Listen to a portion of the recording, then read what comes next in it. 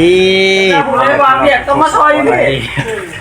มื้อนี้ป้องกันไปนอนใช่ไหมคุณจอยโรงเรียนว่าเรียนเพื่อนเพื่อนคืนคุณทางอ่อนเพื่อนเรียนเพื่อนทางเองเลยนะจะเข่านอนยินดีการพากันมาไม้บน สิภายในและต่างประเทศยินดีต้อนรับสู่ช่อง Artist Channel เด้อมื้อนี้เฮาก็มาเฮ็ดเวียกงานก่อสร้างคือเก่าพี่น้องเอ้ยมัดเหล็กอยู่มัดเหล็กสิเทคานพี่น้องสื่อจอยทัดนอนเล่นกระดูกเพื่อนกับบริยูทหารไม่จะไปเป่าไม้ตักไปงานรวมเป็นทางเป็นทางไปถึงไหนเป็นตัวตรงไปถึงไหนคือไปรถเห็นไรนี้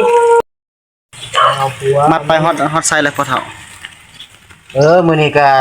ไปตามขั้นตอนเลยเด้นี่ก็ได้แล้วเนาะได้ข้านนึงแล้วนี่มัดเล็กนี่ไก่ที่เทข้านแล้วเงินซ่าเฮาก็มีแล้วเนาะหากระเทียมเลยเด้กินดอนก็เอามาแล้วใกล้แล้วคนดินเขาก็ถือว่าเทพื้นเทยังไงเดี๋ยวขึ้นมัดเลยกระเทียมเทข้านเดี๋ยวขึ้นนอนได้เนาะแม่นใกล้แล้วว่ามันขึ้นนอนแล้วเฮ็ดเอาเป็นพิธีเลยเด้มันเหมาะเป็นโตเลยขึ้นนอนเบี้ยน้อยว่าหลายล้านนะ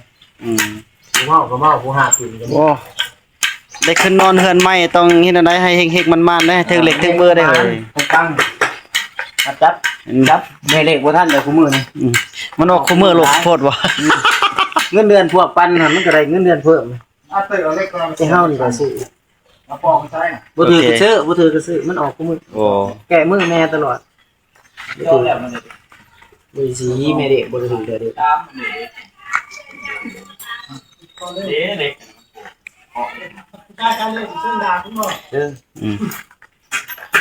ใช้เด็กก็เอาใช้ในห้างน้ำหมายแล้วเอาพอเล็กน้ำเอาแม่เล็กน้ำเอาพอเล็กน้ำคนน่าจะเด้อเอาบุกไอ้น้อยเฮ็ดอะไรเวียกงานก่อสร้างของเฮาให้เฮ็ดอะไรให้มันแล้วเฮ็ดเอาที่ว่าให้มันแล้วมื้อนี้เนาะการมัดลวดมัดเหล็กมื้ออื่นมีแต่ว่าเทขานพอว่าโอ้ยใส่น้ำตาลเปียกทำโยงกลางทหารก็คนที่ค่ายใช้ชาติเลยนะแน่นอนปวดท้องโทรมามีเวลาสิไปเชิงดอกมาปฏิต่อมาจังมือเฮ็ดเวียกภายในยอดภายในบ่คือบ่แจ้งว่ะ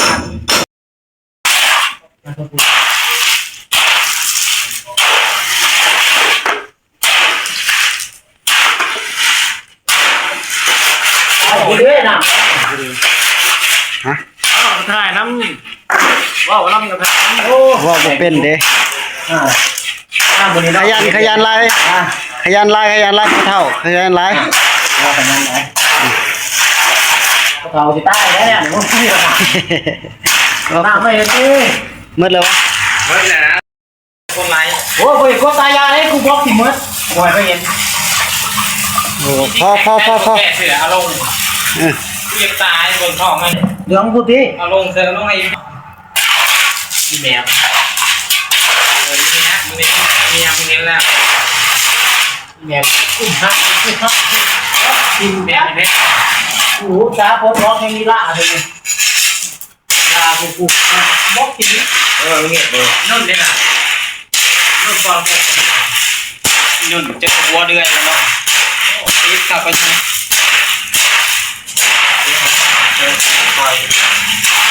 ใส่ที่บนน้ำทำกันเดียว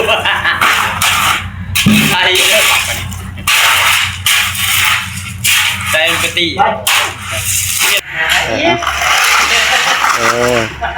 เตรียมคันแข่งให้คันแข่ง